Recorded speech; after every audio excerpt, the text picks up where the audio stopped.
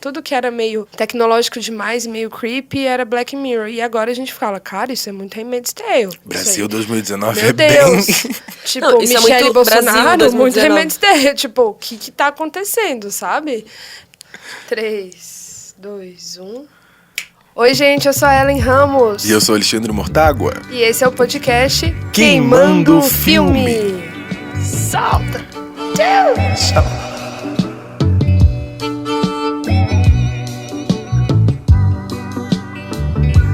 Pode entrar, Carol Moreira. Oi, Brasil.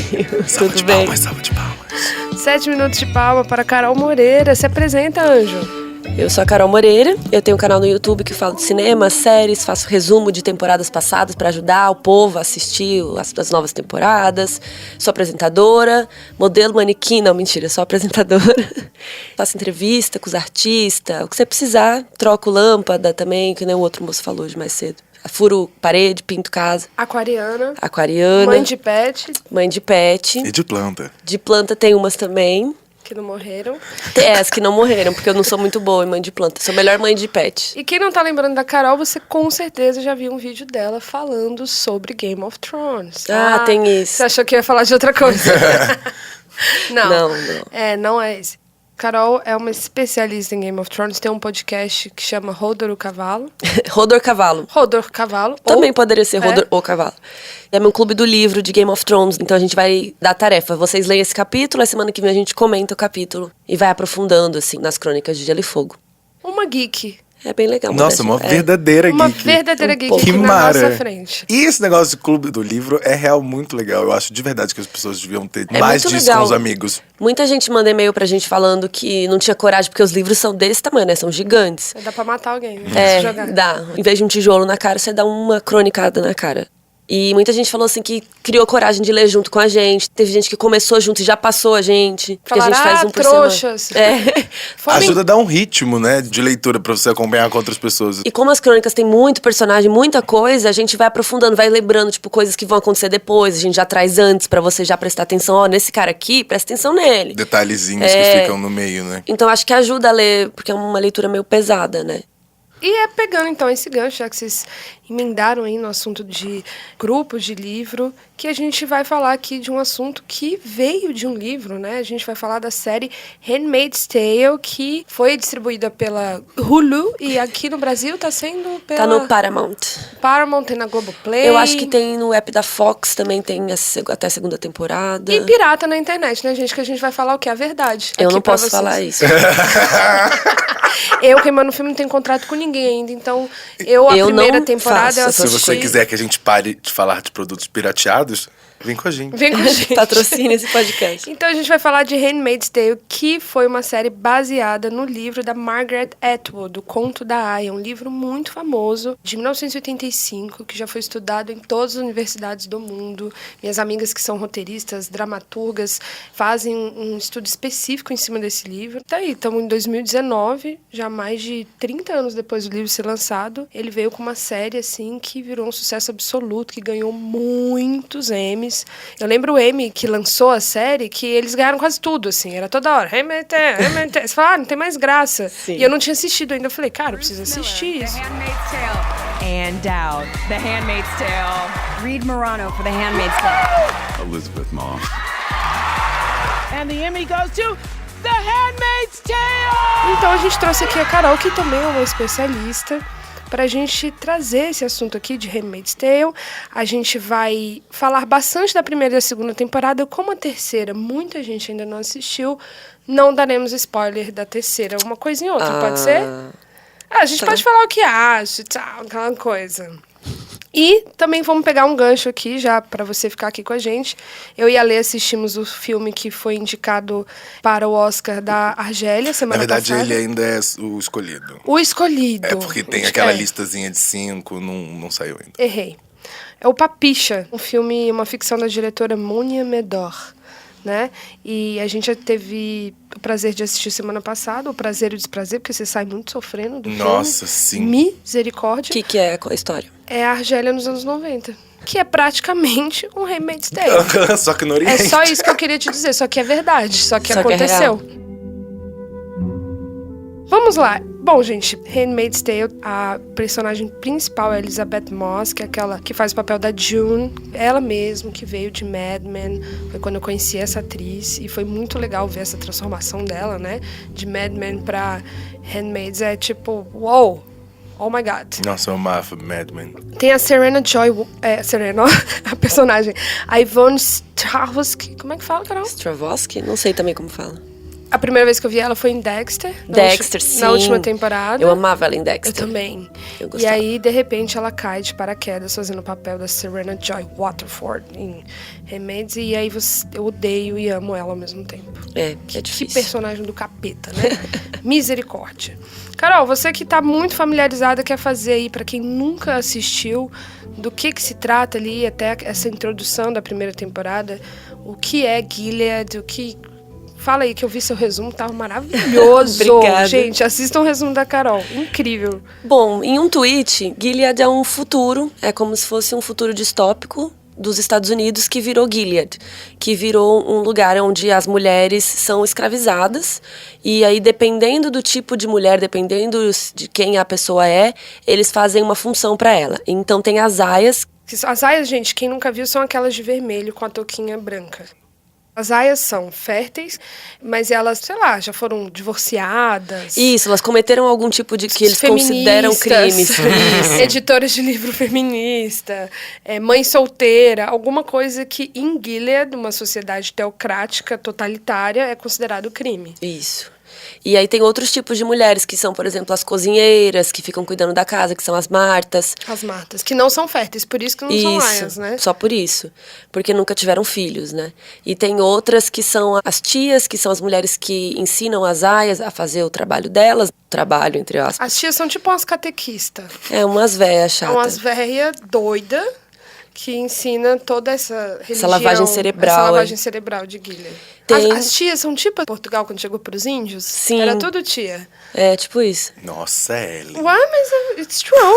Tô mentindo? Sim, Chegou pros indígenas e falou, o cristianismo, kkk. É muito bom. Vocês vão ver. Opa, estamos matando vocês. Foi é assim. isso. E tem as mulheres que vão pras colônias, que são... No womans, né? Que são não mulheres e que vão pra lá trabalhar no lixo tóxico e a maioria delas vão morrendo, né? Porque ali é tudo tóxico, talvez radioativo, não sabemos muito bem o que aconteceu, né, nesse futuro, por que tem esses lixos e tal. São condições completamente insalubres de trabalho. Não, totalmente. Mesmo. Elas estão ali pra morrer, elas ficam trabalhando até morrer, pronto, joga fora, pega outra. É mais ou menos isso. E elas vão pra lá por serem, entre aspas, traidoras de gênero, são mulheres, são homossexuais. Lésbicas, mulheres, que mais? Que traem o marido. Que trai o marido. Qualquer pessoa que fizer algo muito errado, assim, e não tem mais o que fazer. Inclusive, aias vão pra lá. Sim. Só que aí, dependendo, quando falta a aia, eles trazem de volta. Porque o que a gente esqueceu de falar é que as crianças pararam de nascer, né? Exatamente. Tem poucos filhos nascendo. E por isso eles criam essa ideia aí pra tentar fazer com que tenham filhos. E essas aias, elas são escravizadas. Cada aia tem uma casa de uma família, né? Dos caras ricos, que são os comandantes. E aí, uma vez por mês, quando a mulher tá fértil, ela é estuprada junto com a esposa do cara também. A esposa do cara fica ali segurando a mão dela. Como se ela estivesse participando Isso. dessa possível fertilização. Eu lembro que a primeira vez que eu vi esse ritual, né, que você vê na série, é muito pesado. Eles chamam de cerimônia. A cerimônia. Você fala assim, meu Deus, meu Deus. E eles criaram esse jeito de botar a esposa junto pra meio que parecer que é um pouco mais um ritual, né? Que nem você falou. Como se Deus aprovasse. Porque senão seria só o cara com a mulher lá. É. E aí como se fosse uma traição, né? Se a esposa está junto... A Bíblia tem muito uma coisa assim, né? E esse discurso... assim, do ato sexual só poder ser feito para a reprodução. Então, assim, toda a sociedade teocrática ali de Gilead é baseado numa Bíblia, que tem trechos da Bíblia real. Sim. E coisas criadas. Mas, assim, de fato, por que Handmaid dá esse tique na nossa cabeça? Porque muita coisa que você assiste ali na primeira temporada existe. Já existiu ou ainda existe. Em outros países, em sociedades teocráticas, em lugares que a religião é extremista. Então você vê que a gente fala, nossa, eu estou vendo uma ficção que está dilacerando meu coração e não deixando eu dormir à noite, porque realmente rola uma insônia. Mas isso acontece ainda, com muitas mulheres. E é muito E esse possível, né? discurso é muito atual, da raça humana, de estão nascendo menos pessoas, os De gays, Deus as acima de lésbicas, todos, né? oh meu Deus, vão acabar com a humanidade. O motivo que eles usam pra fazer isso acontecer é uma coisa que tem muita gente falando há muito tempo, E sabe? que voltou à moda, E né? que voltou à moda, esse A negócio moda de... voltou, de Deus acima de todos, a família cristã, os gibis Não pode ter beijo. homossexuais sendo apreendidos. O Brasil é um país laico, mas que está vivendo uma presidência que não respeita o Estado laico. O Rio de Janeiro está vivendo isso, São Paulo vive isso. Então, a gente fora do Brasil está vivendo isso nos Estados Unidos e em outros países. Então, de fato, com Handmaid's Tale, existe uma coisa que antes a gente falava, né? Nossa, ficou muito no celular, conheceu não sei o que, é muito Black Mirror. Ficava, tudo que era meio tecnológico demais, meio creepy, era Black Mirror. E agora a gente fala, cara, isso é muito Handmaid's Tale. Isso Brasil aí. 2019 Meu é Deus. bem... Tipo, Não, isso é Michele muito Bolsonaro, Brasil muito 2019. Handmaid's Tale. Tipo, o que tá acontecendo, sabe? A gente fica com realmente medo. O fato de vibradores de mulheres sendo apreendidos em aeroportos, gente, Por favor, né? se isso não é Gilead, eu não sei o que é, mas é Brasil mesmo que chama. Uma lei aprovada em que você pode ter o seu vibrador apreendido no aeroporto. E paga uma multa ainda. E paga uma multa. Então, assim, você ter prazer não pode. Tipo, e assim, parece, se eu escutasse esse podcast que a gente tá falando há 4 anos, eu ia falar, não, peraí. Não é possível, né? Só que como as coisas estão acontecendo assim em doses homeopáticas, mas de repente seu copo tá cheio de álcool, né? Porque na homeopatia vocês entenderam, não? Na homeopatia tem um álcoolzinho, mas de repente você tá bebendo uma cachaça pura e achando que tá tudo bem. Isso já não está acontecendo e a gente não tá fazendo nada? Ou isso não acontece de ter o clitóris amputado e a gente continua aqui almoçando e assistindo o Jornal Nacional? Sim, já existe, né? O já existir e essas coisas que são pequenas coisas que estão acontecendo que parece que pode levar a gente até esse ponto, é o que assusta, né? E quando você assiste na série, você fala, é uma ficção, né? Mas por que essa ficção é tão pesada? Por que, por exemplo, eu vi lá na San Diego Comic Con umas meninas vestidas com a roupa de aia. E eu acho um absurdo. Eu falo assim, essa menina não viu a série direito.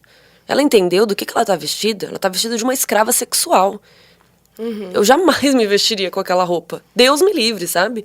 Então, isso... E aí, quando eu falei disso... Eu vestiria se fosse num protesto. Num protesto, sim. Não na Comic Con, Não sabe? foi fantasia, né?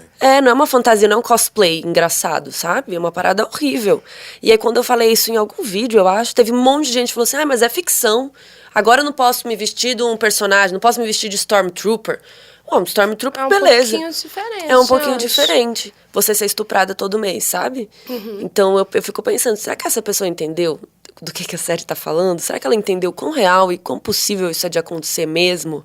Sabe? Inclusive com o Trump nos Estados Unidos, sabe? O livro é de 86, 85. 85, e ainda é super atual. A série Trump. foi lançada quando o Trump assumiu. Olha que louco. Na primeira temporada, a gente vê que tem todo um lance do Canadá ser um país que não é aliado a Gilead, que era os Estados Unidos, né? O Canadá acolhe todos esses refugiados dos Estados Unidos. Então, a série traz uma coisa também de refugiados. Ela traz coisas muito atuais, né? Muito. Desse acolhimento, dessa... Canadá é o melhor país. E bem a realidade, né? Porque o Canadá faz isso mesmo. As pessoas, por exemplo, vão se tratar de saúde no Canadá, porque nos Estados Unidos Nossa, é o caro. Canadá é tudo de bom, gente. Se vocês puderem ir, mara. A série mostra que sim. Né? Que se unem ali para tentar ainda saber das vítimas que estão ali em Da Gilead. sua família. Porque assim, gente, em Gilead, quem não assistiu, não tem comunicação. Você realmente virou um escravo. Você não tem identidade, você não celular. tem nada. E as mulheres que tinham filhos, aí que pega, que aí, eita sofrência. Que, meu Deus, ô sério que eu chorei na minha vida. Sim. Que as mulheres que foram apreendidas, né, foram presas e foram para Gilead e tinham filhas ou filhos, esses filhos foram tirados dessas mulheres e dados para adoção. Eles pegam seu filho e dão pra outra pessoa. Isso não é Sequestro, adoção. né? Eu até errei, né? Na série eles usam esse termo. E a gente teve isso acontecendo no Brasil, na Argentina, em países em que a ditadura aconteceu. Tinham esses filhos da ditadura, né? Pessoas na Argentina, depois de 30, 40 anos, foram conhecidas conhecer os filhos que foram criados por famílias de militares. Então são coisas que aconteceram, né? Nossa, e assim, tô toda é isso, arrepiada. você passa uma existência sua indo atrás do seu neto, porque a maioria das vezes eram vós, porque a mãe e o pai morreram. Na treta, Né? Nesse processo todo de perseguição. Você passando, assim, uma vida procurando uma criança e acham, né? Existem muitas histórias assim. Tem um nome para isso na Argentina. Voz de Maio. Tem esse nome. Então, assim, que são essas mulheres, né? Que perderam suas famílias, crianças, bebês sendo retirados das mães na ditadura. Então, assim, Gilead tá aí, né, gente? Gilead existiu e esse pai ainda existe. Carol, trazendo aqui para você, qual foram as melhores coisas que você achou da série? Não precisa ser só as coisas políticas que a gente trouxe. Você pode falar, por exemplo, eu vou falar que eu acho o Nick um gatinho. Queria beijar Eu ele. não ligo pro Nick. Nossa, eu acho, Nick Eu é acho meu ele número, viu, Nick? Boring. Mas é porque não adianta ser só bonito e não ter personalidade. Olha ela, fala, Carol. Ah, não, Conta ele é pra muito gente. chato. Ele é boring. O que eu acho que é legal também são as questões audiovisuais da série, que tem um roteiro muito foda. A narrativa vai brincando com essa coisa de mostrar o passado, às vezes, das mulheres. É E a lindo gente isso. vê elas antes de Gilead. E quando os Estados Unidos estavam começando a rolar isso, quando rolou o golpe. Que aí você fica, oh my God, será que vai rolar É, no quando Brasil? começam a tirar o cartão de crédito das mulheres. E aí aí, por exemplo, você vai comprar coisa na farmácia, ou você tem que ter uma assinatura do seu marido lá pra você comprar anticoncepcional, porque não podia. Aí depois cortaram o anticoncepcional. E aí vão cortando as coisas, vão Começam tirando a ser demitidas do trabalho. as o emprego mulheres. delas. E aí, aos poucos, as mulheres não têm o que fazer, não tem dinheiro, não tem nada, depende do marido. E quem não tem marido? Isso porque ainda quem tem marido ainda ajudava, né? E Se quem não fosse tem? hoje, eu tava fodida. Então, como faz? Como lidar? E aí, seu filho seria pego. Gente, é sério, eu tive umas crises de choro. Ontem mesmo. É horrível. Ontem eu tava na terceira. Você tem umas crises de choro que você acha que você vai morrer. É, porque a June, que é a nossa personagem, ela tem uma filha. E logo no começo, quando ela é pega, né? Hannah. A Hannah é sequestrada, né? E é dada pra outra família criar. E aí, no começo... É na primeira temporada? Não sei se é um puto spoiler. ela encontra? Ela reencontra a Hannah em algum momento. Não queria dar spoiler, mas... Tudo bem, gente. Vocês estão Primeira atrasados. temporada, 2017. Vamos lá. Bora. E quando ela reencontra a Hannah, meu Deus, como eu chorava. Como eu chorava. Nossa Senhora. E eu nem tenho filho, imagina você assistindo isso. Eu realmente me afoguei. É difícil pensar no seu serzinho, seu neném. Ai, Não, e todos os casais homoafetivos Mas- sendo separados, né? Nossa.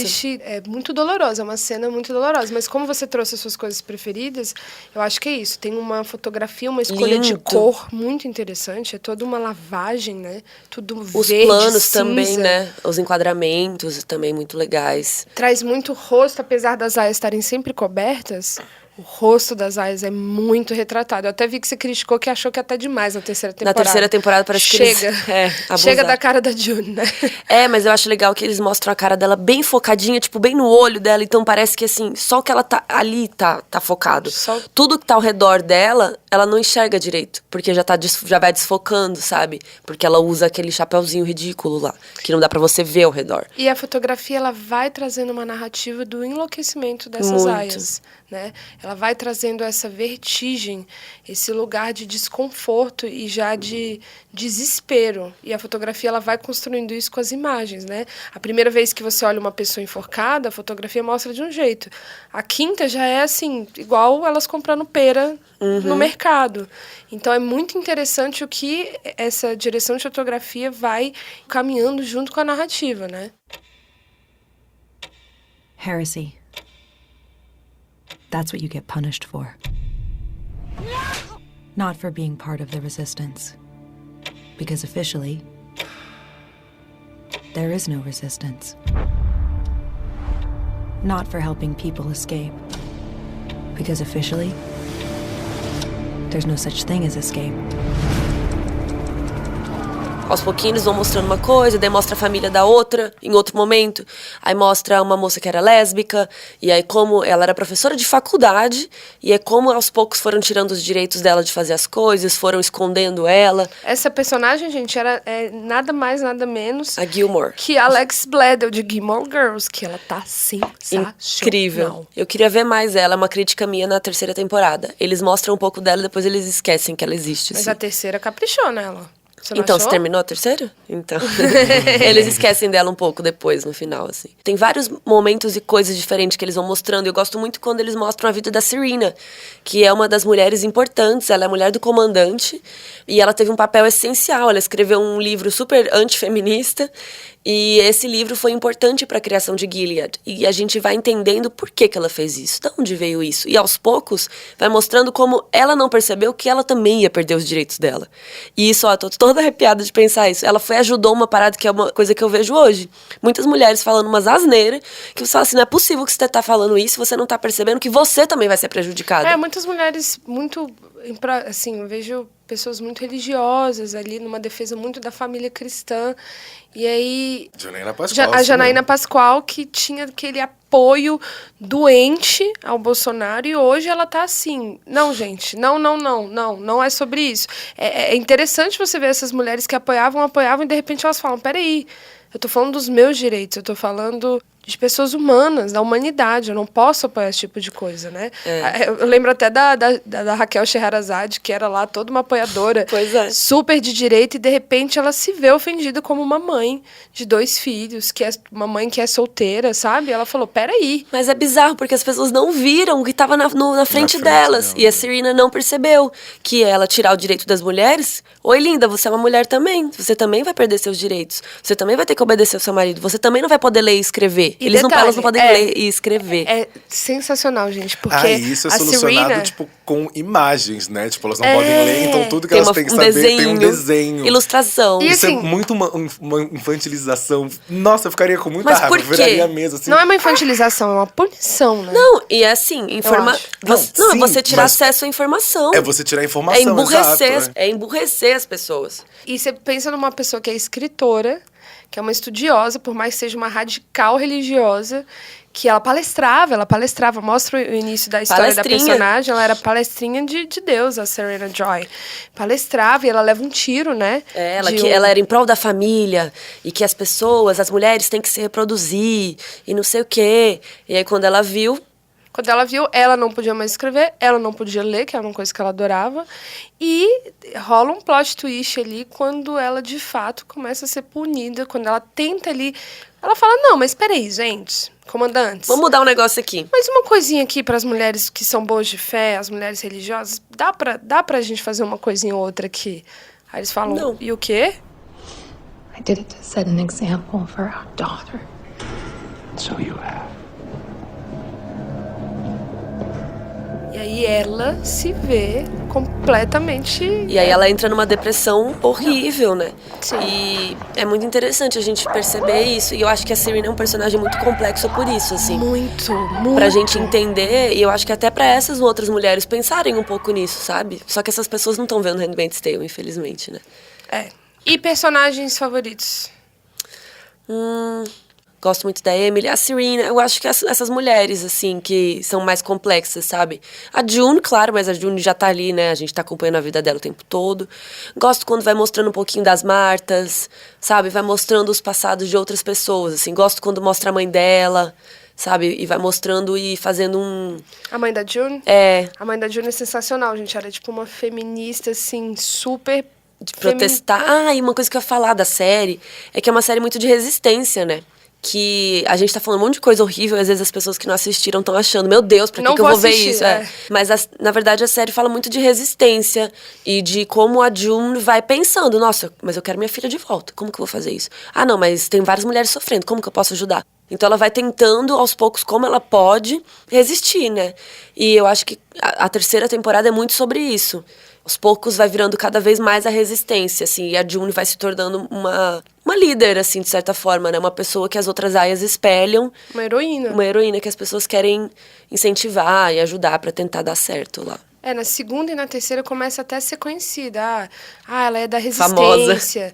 Famosa. Não, aquela fulana é da resistência. Mandaram uma carta pela resistência. A resistência avisou que a sua filha tá bem. Então a gente começa a ver que tem todo ali um lado Sim, não é B. só ela. E ela vai descobrindo isso, né? Que existe uma outra resistência rolando ali que ela também não sabia. É uma resistência que é terrorista. Luta armada, gente. Que tem bomba. Guerrilha. Que é guerrilha, amo. Tem um episódio que a Emily atropela um guardinha. Nossa, assim, eu falo, gente. atropela ele! Eu amo. Esse episódio é sensacional. E é interessante, porque tem um lance ali, voltando ali de Bacurau, né? Que as pessoas criticam, mas fica violento, tal, mas fala, gente, violento é o que acontece Ser antes. estuprada todo mês é violento. Isso é violento. As pessoas se rebelarem contra isso é consequência. É sobrevivência, né? Essa é a minha opinião, pelo menos. E quais personagens você não gosta? O que você não gosta na série? O Nick. Aquela, sabe que eu gosto. Mais bonitinho, tadinho. Eu acho ele sem gração, assim. Tipo, ele não é um cara que eu ia escolher pra transar, mas no caso da June, era o que tinha, né? É uma boa pergunta. Quem você escolheria pra transar, então, Carol? Já que você trouxe isso aqui, vamos jogar essa... A Serena é uma gata, né? Mas ela não pode transar. Porque, sabia que mas se puder... elas não podem? Nem com o próprio marido? Mentira. Os comandantes não podem transar nem com as suas próprias esposas. E se transa é escondido. Um negócio desse. Como é que não vota pra não transar? Porque transar é só pra reprodução. E como ela não reproduz, Pois é, claro. elas não podem transar. É que eu acho que na série não fica super claro isso, Não fica. né? No livro fala. Mas eu gosto da Serena. Daria uns beijos nela. Quem mais? De homem, nenhum homem ali presta, né? Quero que Nossa, morra. mas sei lá, como, né? Às vezes ela fala, acho o ator gato. o marido da June. O Fred O Luke. O Luke. O tal do Fred Waterford, ele é um... Não, o Fred é horroroso. Deus me Você diga. acha? Eu acho o Joseph Fiennes, né? Ou Fiennes, Ou é o irmão dele? É o Fred Waterford, isso mesmo, Joseph Mas é o Fiennes. Joseph, né? Ele fez um personagem ainda até meio parecido aí naquele American Horror Story, a segunda temporada. É super a mesma mecânica de personagem de lavagem cerebral, de supressão de direitos das mulheres. Até falando que, quem que eu pegaria? Aí você pensa nos homens, por exemplo, eu já fui alguns episódios a fim do Luke, né? Que quem faz é o O.T. Ben. Ele fazia Looking. Eu amava Looking. Mas todos os homens são fracos, né? Então as heroínas dessa série são as mulheres. São todas as mulheres. Tem hora que você fica com raiva do Luke, você fala, mano, faz alguma coisa. Sem contar, então, nos comandantes, você quer exterminar todos eles. E aí, de fato, as mulheres, inclusive as vilãs, no caso da Aunt Lydia, que eu amo, que eu acho ela... Lydia.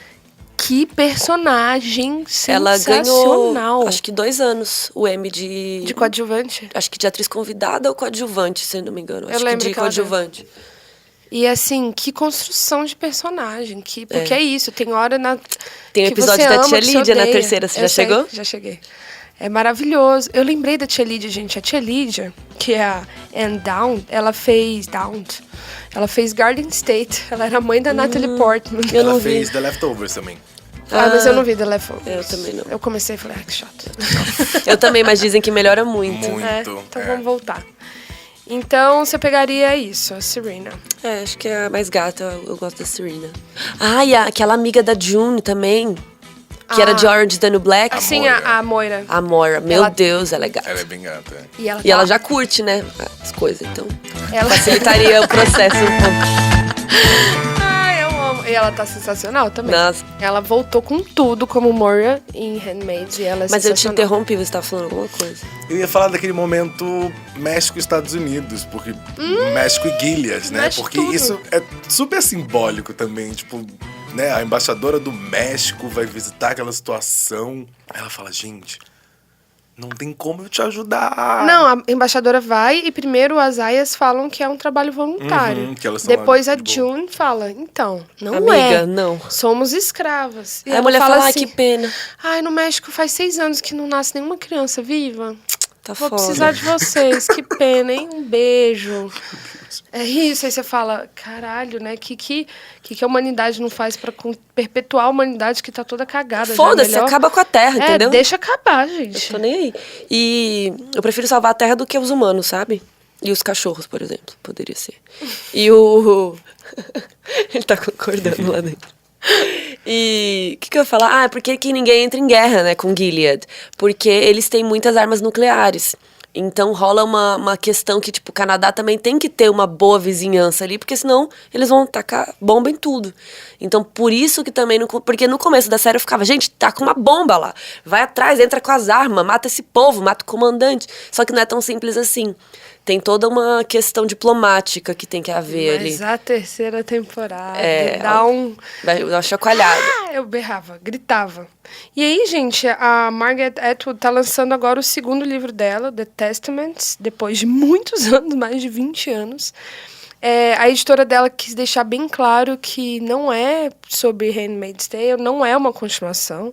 É também ainda uma distopia feminista teocrática, ela gosta de trazer esse assunto. Muitos fãs de Margaret criticaram, falaram, tá pegando a crista da onda pra ganhar mais dinheiro. Sim. Gente, deixa a véia. E a obra é dela, né? Sim, Se liga, exatamente. porra. Ai, A obra não, é dela. sério, fãs, você acha que é fácil ser escritora? Isso é escritora, você lança um livro. Ele demora pra ele, né? Não foi assim. Você já tá velha quando o negócio bomba. Você está velha, você quer pegar o seu dinheiro e fazer o que você quiser com ele. Você quer tomar sorvete com $1 milhão. O problema é da Margaret. Se ela quiser escrever outro e vai chover de vender, já tem pré-venda, já tá na Amazon. O problema é dela, que bom. Eu não sei porque que as pessoas têm essa crítica com as E pessoas que querem ganhar escritora dinheiro. boa. Se fosse o Paulo Coelho... Tô brincando. É uma boa escritora, a gente tem que agradecer quando boas escritoras lançam obras. Eu não entendo essa coisa. Até quando a gente faz merchan, sei lá, no vídeo, sabe? As pessoas falam, mas tem muito merchan. Querido, você acha que eu pago boleto com o quê? Como? Com o seu comentário? Claro que não. Com seu like? Com o like ajuda, porque divulga o vídeo, mas assim... E o Google que ganha dinheiro. Mas eu Falo preciso... verdades. Eita! Joga Sim. bomba, joga bomba. Mas as pessoas acham que a gente ganha dinheiro como, sabe? Então, que fica parecendo que é meio errado querer ganhar dinheiro também. Gente, quero ganhar dinheiro sim. Quero encher o óbvio. cu de dinheiro e ir embora pro Caribe. Não trabalhar mais. Aposentar, se é que vai dar. E um personagem que aparece na segunda temporada e cresce na terceira é o Lawrence, que na terceira temporada a gente entende, ele é muito louco, esse cara.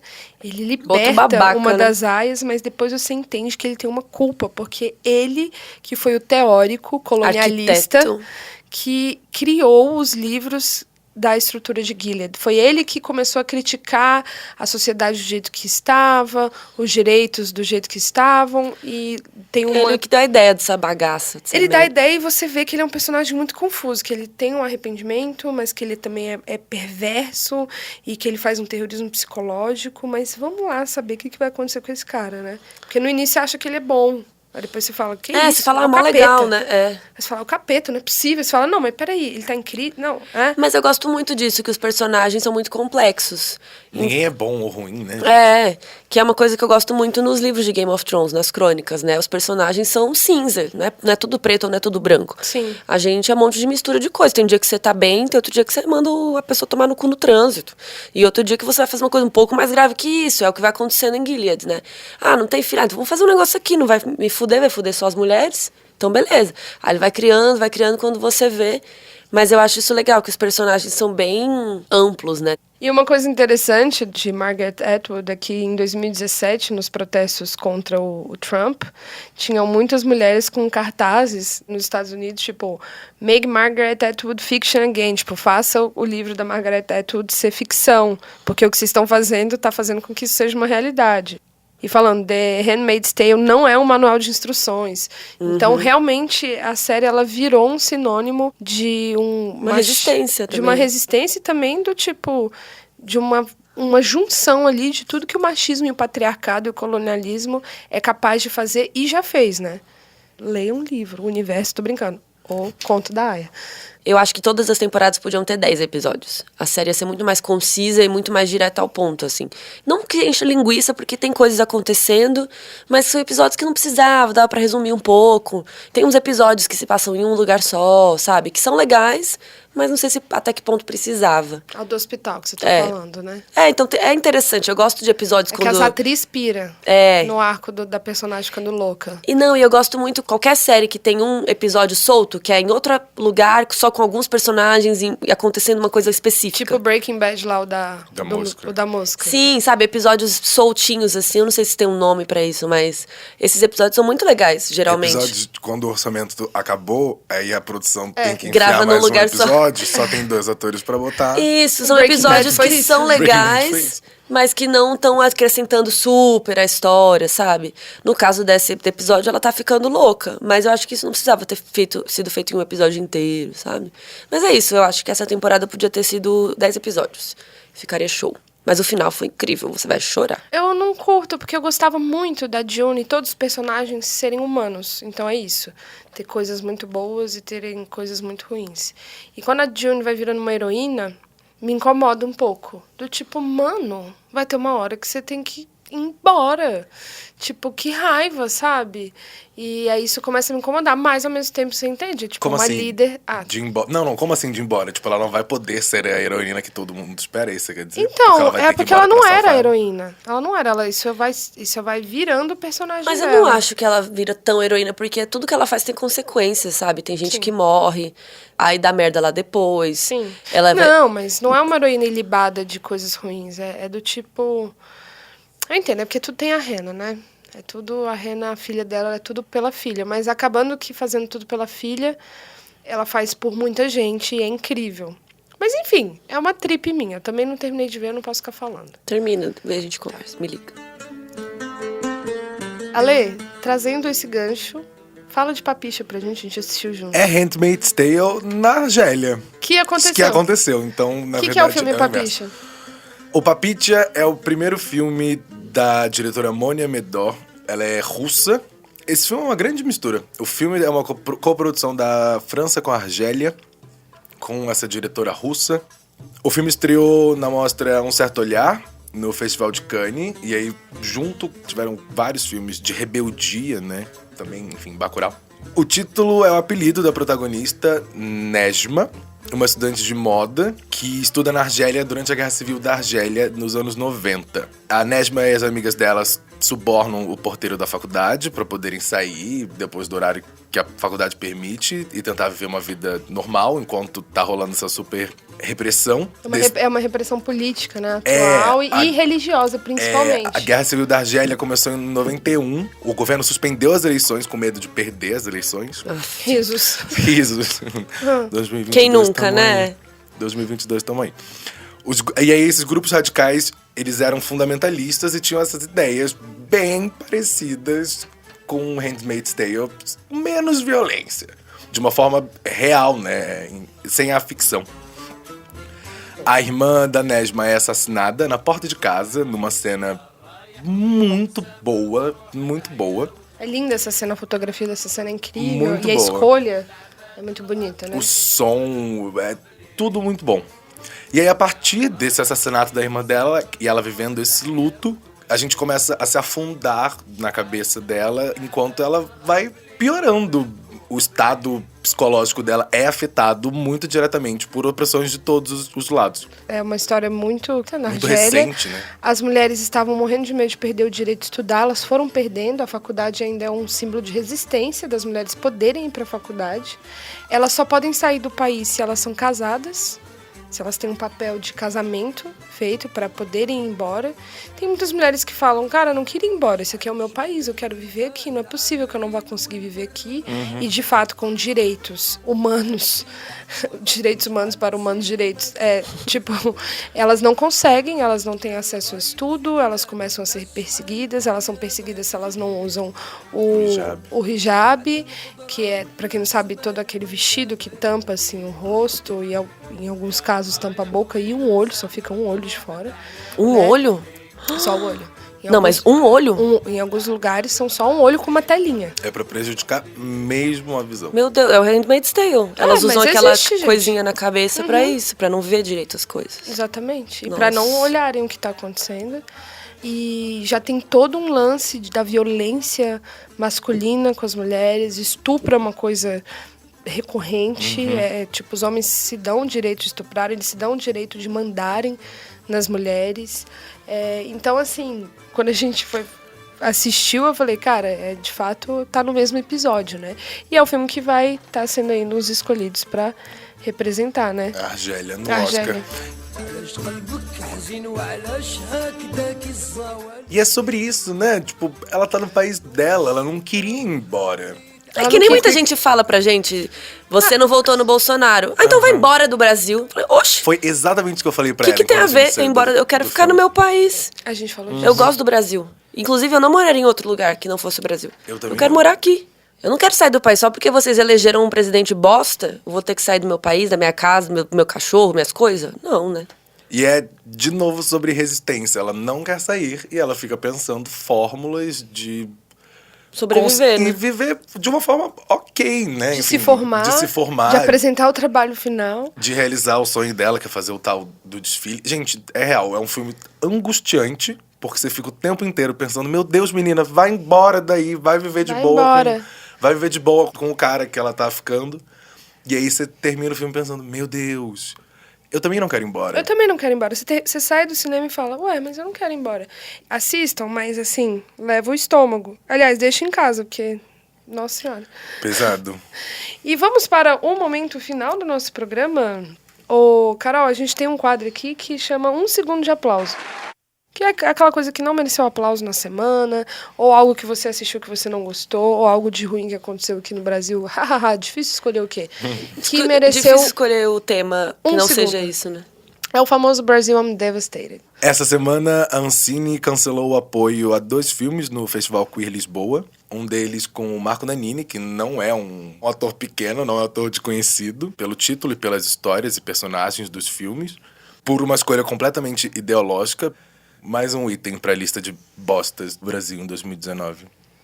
Gente, o meu segundo de aplauso, eu vou confessar que, pela minha saúde mental, eu ando escolhendo não ver muitas notícias. Eu também, sabia? Não ver muitas matérias. Um dia eu liguei, tinha mais um jovem sendo morto na favela do Rio de Janeiro, mais um ataque da polícia. Eu acho que só um segundo foi para aquele dado convertido do governo falando que a violência diminuiu no governo Bolsonaro. E se você for ver, a gente tem dados que a violência policial aumentou, que a polícia está matando mais.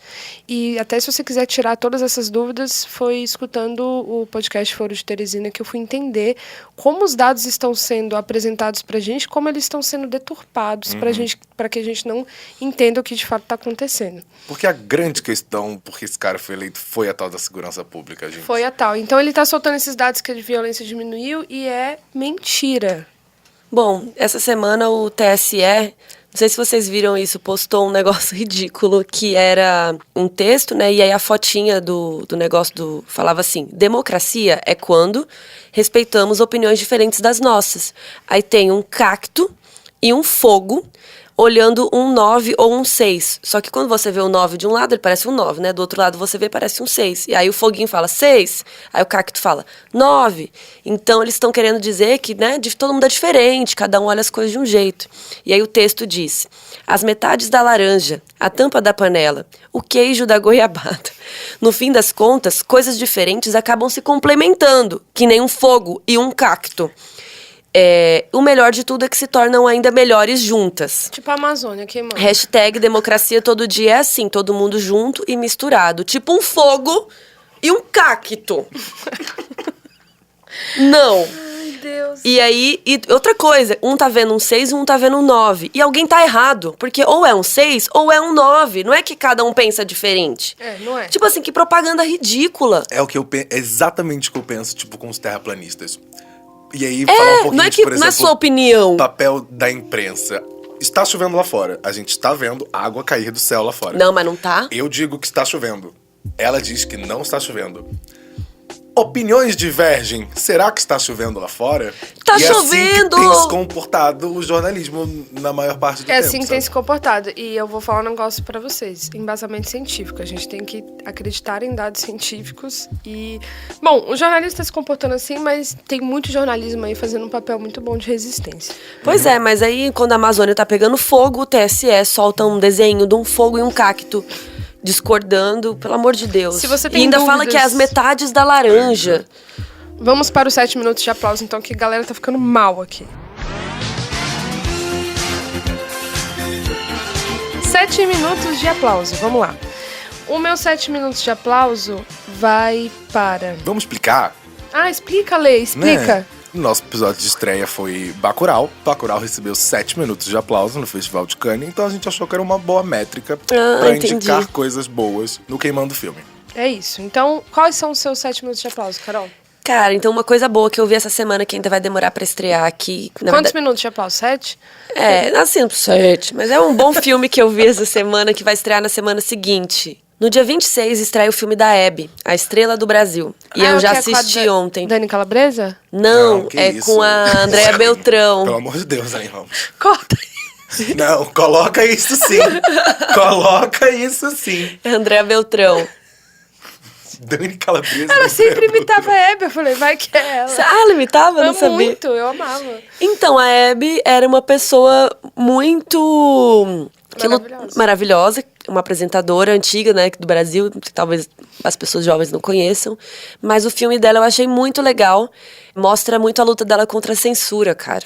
Então, uma das primeiras falas, assim, do filme é falando de censura, e ela lutou muito tempo contra isso, sabe, porque ela, inclusive, tem uma hora no filme que ela fala assim, ué, a censura no Brasil não acabou? E é mais ou menos o que a gente tá vivendo agora, sabe? E o filme, eu me emocionei muito. Teve uma hora que eu tava chorando, tipo... chorando assim com a boca feia, sabe? De tanto que eu tava emocionada, chorei várias vezes. O filme eu achei muito bonito, assim.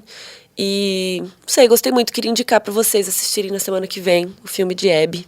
E a Andréa Beltrão, ela nasceu para interpretar a Hebe.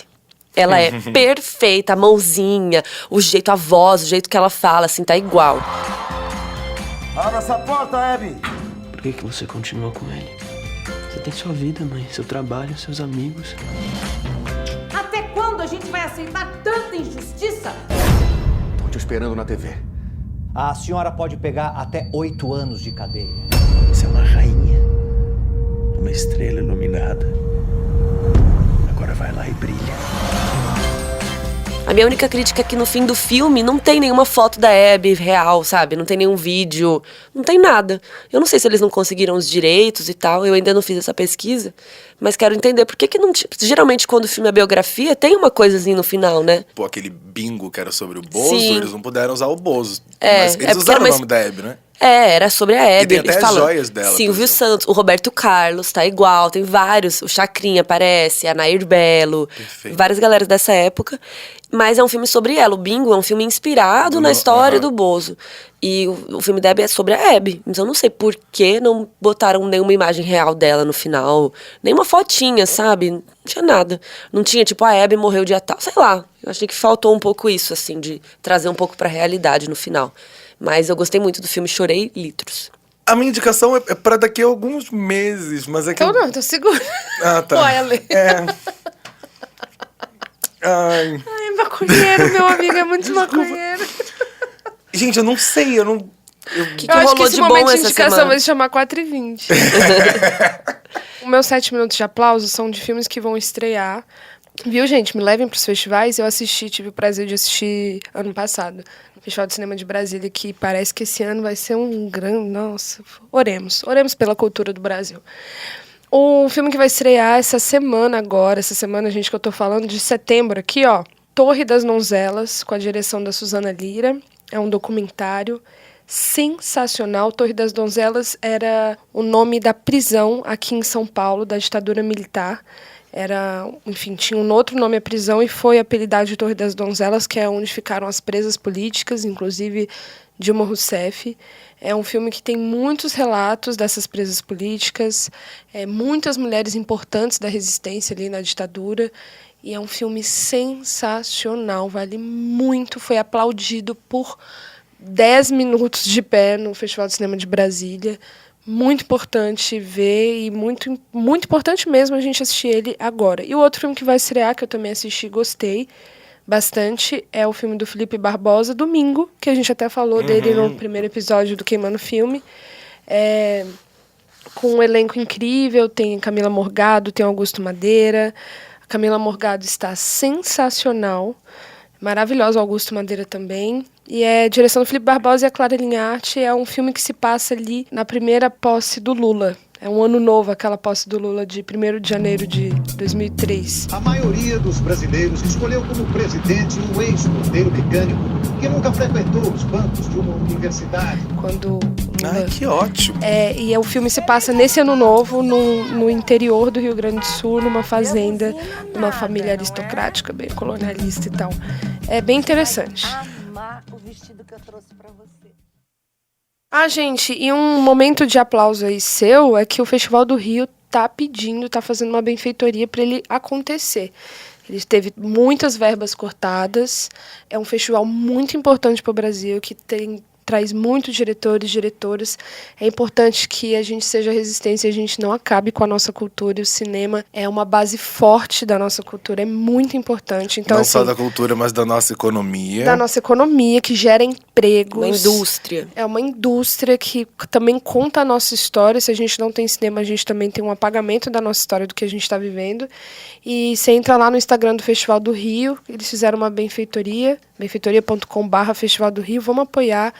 Vamos mostrar que a gente é resistência, quem tem aí o privilégio de poder apoiar, vamos fazer parte disso, viu?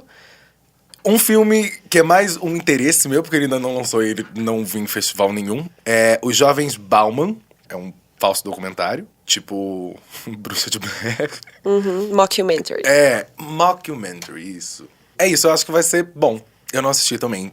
Pessoal, e a gente tem um último quadro aqui que você pode participar dele entrando ali no Instagram do Quem Manda o Filme, que você manda perguntas e a gente não sabe o nome desse quadro ainda. Pro próximo episódio você já dá um nome, uma sugestão para esse quadro. Esse quadro aqui que você é tudo, que a gente gosta da sua participação, que você solta uma pergunta sobre filme, sobre série, sobre os convidados, que você desabafa. Você fala o nome aí desse quadro. Hoje eu fiz uma pergunta aqui e realmente ninguém perguntou nada. Perguntou sim. Eu não achei. Qual é o problema dos Vingadores? Porque a gente falou que não quer falar de Vingadores. Então a gente teve uma ilustre pergunta no nosso quadro que não tem nome, que poderia ser Não é Vingadores. Não sei, tô zoando. Mas é uma sugestão. A gente não tem nada contra Vingadores, mas também não tem muito a favor. A gente nunca vai falar de Vingadores no podcast, porque já tem muito canal no YouTube falando de Vingadores. E falando muito bem, com propriedade. Com estudo, com embasamento. E gostando, né, gente? Assim, tem que gostar. Tem mais uma, na verdade. Falem sobre os filmes da Tilda, algum que detestam ou amam muito. Eu amo, precisamos falar sobre Kevin. E é meio pedante dizer, mas o livro é 50 mil vezes melhor, mas o filme é muito bom. Mas tá lançando algo dela agora. O que é? Tá? Tá, não tá? Deixa eu ver. A Tilda tá nesse filme novo do Jim Jarmusch, que estreou agora no Festival de Cannes, chama, se eu não me engano, é The Dead Don't Die. E tem um elenco ótimo. Os mortos não morrem. Isso. Os mortos não morrem, é isso. Mas ainda não lançou, só lançou no festival, então a gente não tem como opinar muito, porque eu não sei a Ellen, mas eu não estava... É sobre zumbis, assim. Não tem mais perguntas? Acabou. A gente é muito flopado. Muito flopado. Carol, divulga a gente, você é tão famosa. Vou divulgar, gente. Vou falar que eu vim aqui, que falamos muito. Então vamos encerrar. Que vai ser muito legal. Esse foi o Quem Manda o Filme. Carol, a gente adorou ter você aqui. Obrigada, eu achei muito gente. interessante que você gravou pelado e ficou tranquila com isso. É pra deixar vocês calmos, né? A gente fica muito feliz quando tá todo mundo à vontade, que eu e o Ale, a gente gosta de gravar pelado, mas o convidado aceitar, eu achei muito legal mesmo. Obrigada. Então a gente não vai poder tirar foto, né? Adorei o corte que você fez aí embaixo, achei interessante. Eu não uso corte nenhum. E sigam a gente no Instagram, Quem Manda o Filme. Se quiser mandar e-mail, falar mal da gente, é quemmandofilme@gmail.com. E mandem perguntas, por favor, né, gente? E se quiserem que a Carol Moreira volte, manda aí, fala, volta Carol Moreira. Fãs de Carol Moreira, segue a gente no Sim, fala os temas que vocês querem que a gente fale quando vier. Ela é muito inteligente. Obrigada, são seus olhos. E esse é o Quem Manda o Filme, um podcast de entretenimento, de cinema, de cultura, de resistência, de loucura, vida louca, vambora. Então é sexta-feira, né? E esse eu queria agradecer muito aos estúdios Amunda, o melhor estúdio que existe em São Paulo, que grava com perfeição, qualidade, tranquilidade, ar-condicionado. E uns homens, umas mulheres bonitas, que misericórdia. Realmente. É isso. Valeu, gente. Beijo.